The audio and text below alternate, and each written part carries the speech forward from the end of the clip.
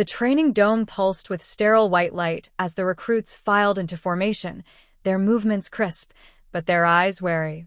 Even in the humming silence of Titanus Prime's combat deck, tension crackled like static before a storm. For many, this was their first time breathing the pressurized, oxygen-enriched air of the galaxy's most elite military facility. For Rhea Voss, it was just another cage with cleaner walls. She stood tall in the third row, clad in charcoal gray athletic gear, dark hair tied into a taut tail that swayed slightly with every calculated movement. Her breathing was steady, arms loose, gaze sharp. The others kept a cautious distance. Not because she looked threatening, though she did, but because they had read the dossier. A Deathworlder, a survivor of Earth. The kind of human who could sprint barefoot through volcanic ash and drink water laced with arsenic if needed. Rhea hadn't earned their fear. Her planet had. Across the floor, gliding with deliberate authority, came Lieutenant Vetrax. His gait was liquid, serpentine, each step punctuated by the metallic clink of silver armor plating. His eyes, jet-black pools with no whites, swept the room, pausing briefly on Rhea. A vertical scar ran down the left side of his leathery, scaled face, almost ceremonial in appearance. Rumor claimed he'd earned it subduing a rogue Zarn-class predator without a weapon. No one dared ask if it was true. "You will fight as if your life depends on it," Vetrax hissed, voice smooth and venomous, amplified by the suit's translator node. Because it very well might. Some recruits shuffled nervously. Others, especially the humans, narrowed their stances. Today was orientation, but Vetrax had no patience for tradition.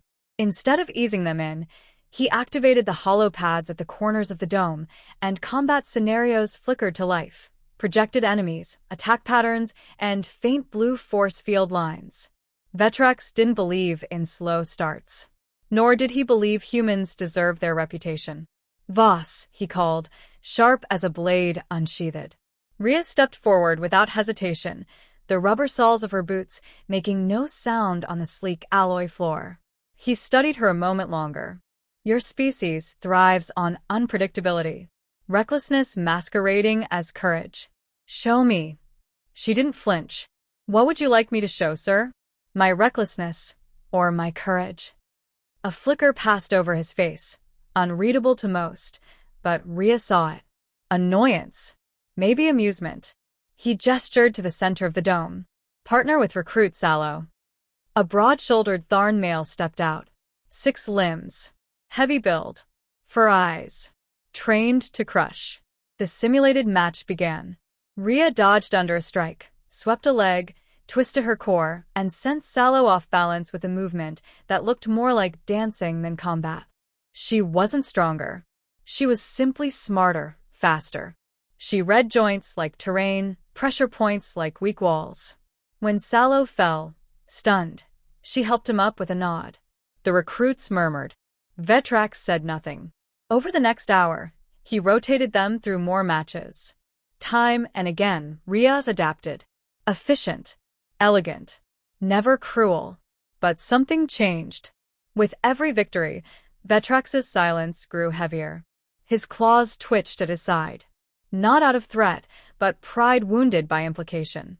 At the end of the session, as the recruits filed toward the rest zone, Vetrax's voice rang out again. "Human." Rhea halted. Turned. He stepped close, eyes locking onto hers.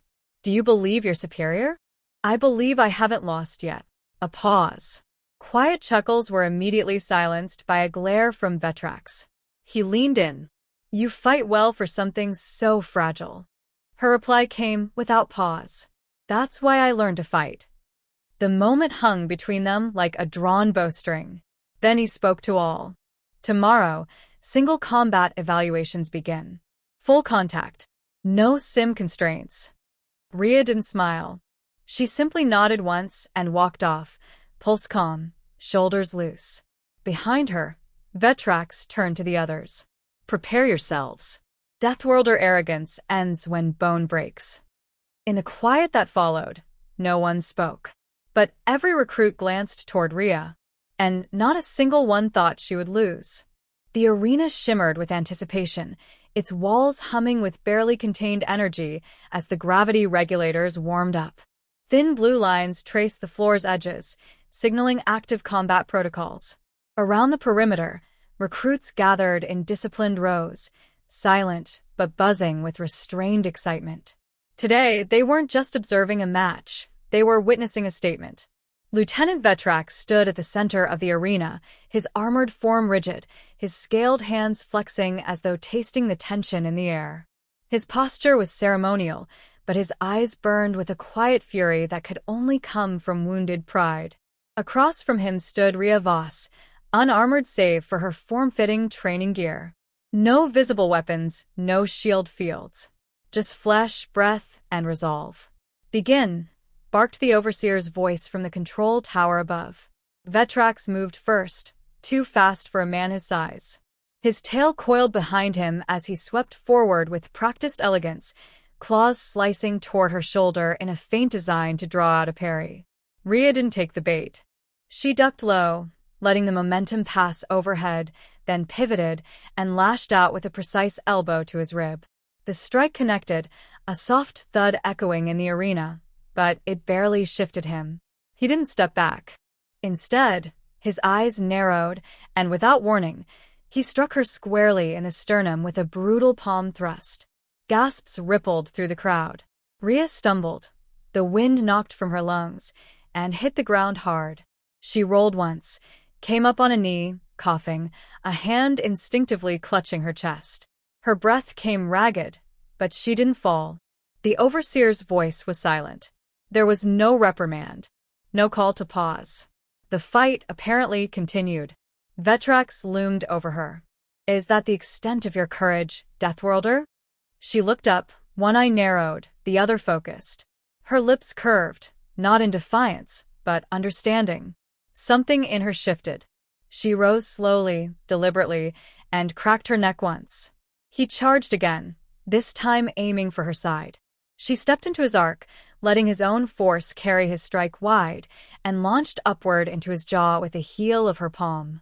His head snapped back, and he staggered, just slightly but enough for her to step in again, deliver a hook to his side, then another to his temple. For a second, the unthinkable occurred. Vetrax reeled. Rhea pressed the advantage, not with rage, but with calculation. She circled him, staying low, forcing him to adjust his weight constantly. His claws slashed again, this time narrowly missing her shoulder. She responded with a leg sweep he barely avoided. Then he growled, deep and primal, and lunged. A backhand slash meant to end the match.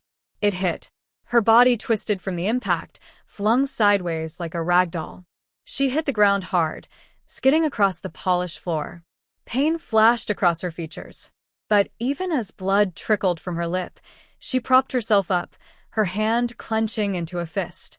The audience was silent now. Not out of respect, but out of dread. Vetrax stood over her again, panting. "Know your place." Her eyes locked on his. "You first." She sprang upward with ferocity honed by a lifetime of surviving worse. Her left foot feinted low, drawing his guard down, and then her right elbow slammed into his throat with perfect force. He gagged, instinctively bringing a hand to his neck, and in that instant, she pivoted, twisted her hip, and drove her palm upward beneath his chin. The crack was sickening. His head snapped back. A fragment of his faceplate split at the seam. Blood, thick and dark, began to drip from his nostril. Vetrax stumbled, and then, before the eyes of every recruit and officer, he collapsed to one knee. Rhea didn't follow up. She stood over him, shoulders rising and falling with deep, controlled breaths. Her eyes bore no hatred, only clarity. From above, the Overseer's voice finally returned. Combat concluded. Medics rushed in. 2 officers moved toward Rhea, but stopped when she lifted her hand, signaling she was fine. Vetrax tried to speak, but winced, clutching his jaw. His pride lay shattered beside the pieces of his armor.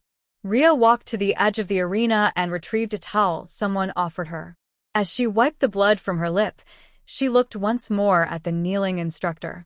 You wanted to teach me pain, she said softly. But you forgot who survives it.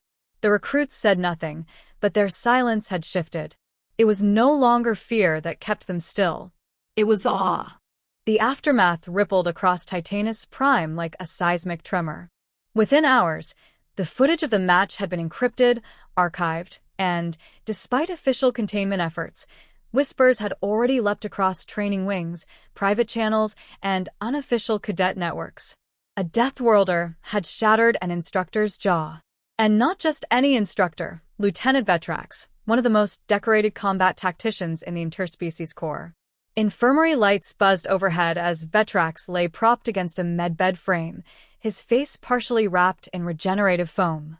His expression was unreadable. The painkillers dulled sensation, but nothing could mute the humiliation. He had underestimated her, not merely as a fighter, but as a force. The room outside buzzed with quiet speculation.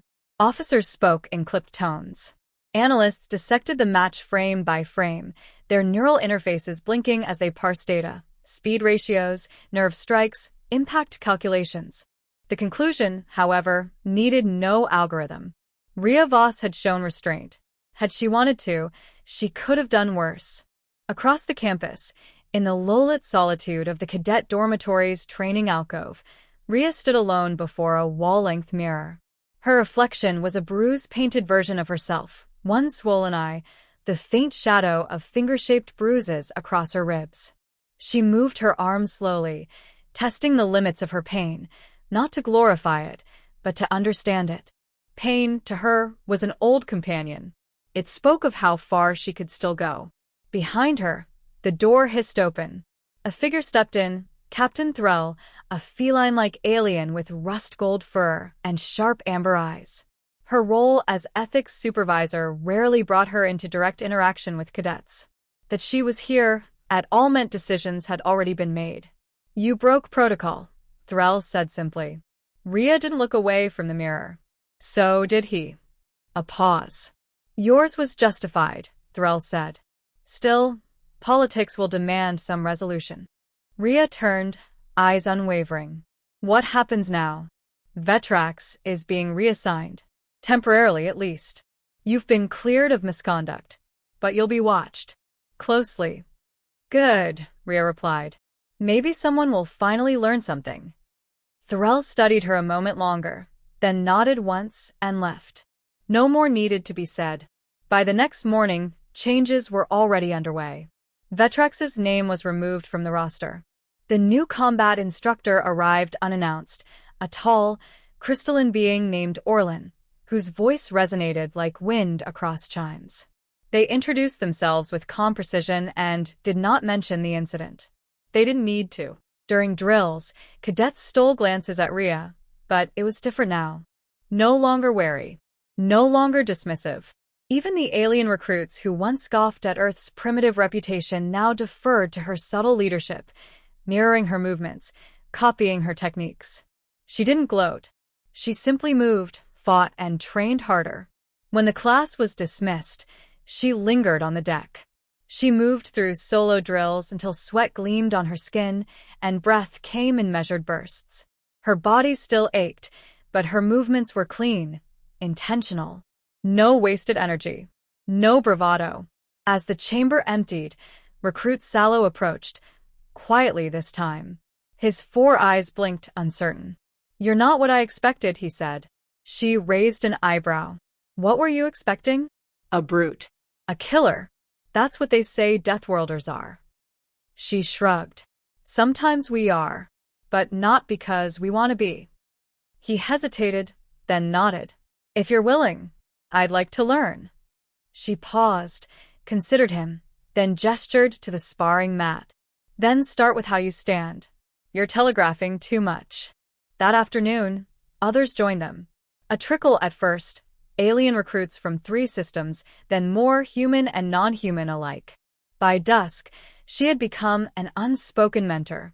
Not because she sought power, but because she'd proven something greater. Control was strength. Up in the observation deck, 2 high-ranking officers watched the scene unfold.